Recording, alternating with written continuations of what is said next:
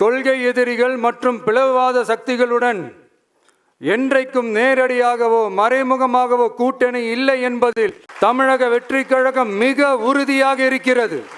தமிழக வெற்றிக் கழகம் தலைமையில் அமையும் கூட்டணி எப்போதும் திமுக மற்றும் பாஜகவுக்கு எதிரானதாகத்தான் இருக்கும் என்பதையும், அதில் சமரசம் என்ற பேச்சுக்கே இடமில்லை என்பதையும் ഉറുതിപ്പട செயற்குழு വായിലാകെ தெரிவித்துக் കൊள்கிறோം. മുഹമ്മദ് റഹീസ് ചെന്നൈയിൽ നിന്ന്. റഹീസ്, പ്രതീക്ഷിച്ച തീരുമാനം തന്നെയാണ്, അപ്രതീക്ഷിതമെന്ന് പറയാനില്ല. പക്ഷേ കന്നി അംഗത്തിൽ പുതിയ പാർട്ടി സഖ്യങ്ങളില്ലാതെ ഒറ്റയ്ക്ക് തന്നെ പോരാടാനാണോ തീരുമാനം? കൂട്ടത്തിൽ BJPക്കും വിമർശനം.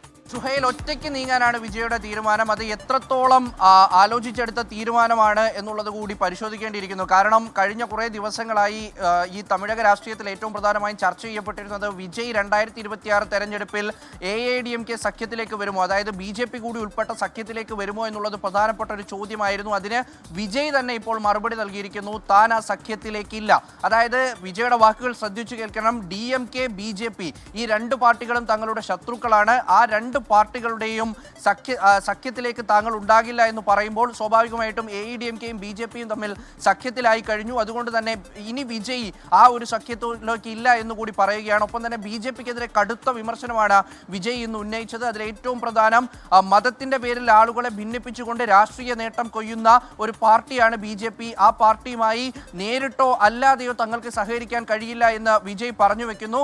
ഒപ്പം തന്നെ തമിഴ്നാട്ടിലെ പ്രധാനപ്പെട്ട നേതാക്കളെയൊക്കെയും അണ്ണാദുരയെ പോലെയുള്ള നേതാക്കളെയൊക്കെയും അപമാനിക്കുന്ന ഒരു പാർട്ടിയാണ് BJP. ആ രാഷ്ട്രീയത്തിന് കൂടി താൻ നിന്നു കൊടുക്കില്ല. തമിഴക രാഷ്ട്രീയം ഒരിക്കലും BJPക്കൊപ്പം നിൽക്കില്ല എന്ന് വിജയ് പറഞ്ഞു വെക്കുന്നുണ്ട്. അങ്ങനെ ആ സഖ്യത്തിലേക്കില്ല എന്ന് വിജയ് പറയുന്നു. രണ്ടാമതായി പ്രധാനമായിട്ടും ഉണ്ടായത് MK സ്റ്റാലിനെ ഇന്ന് വിജയ് നേരിട്ട് വെല്ലുവിളിച്ചിരിക്കുകയാണ്.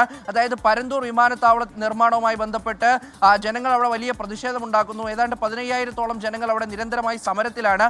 അപ്പോൾ അവരെ കൂട്ടി മുഖ്യമന്ത്രിക്ക് മുന്നിൽ വന്ന് സമരം ചെയ്യുമെന്ന് കൂടി വിജയ് പറഞ്ഞു വെക്കുകയാണ്. ഒരു പ്രത്യക്ഷ സമരത്തിലേക്ക് ആ വിജയ് ഇതുവരെയും കടന്നിട്ടില്ല. അല്ലെങ്കിൽ ഏതെങ്കിലും ഒരു സമരവേദിയിൽ അങ്ങനെ വിജയിയായി തീരുമാനിച്ച് ഉറപ്പിച്ച് ഒരു പ്രതിഷേധം ഇതുവരെ അങ്ങനെ നടത്തിയിട്ടില്ല. പക്ഷേ അത് സ്റ്റാലിൻ്റെ മുന്നിലേക്ക് വന്ന് സമരം ചെയ്യും എന്നുകൂടി വിജയ് പറഞ്ഞു വെക്കുകയാണ്.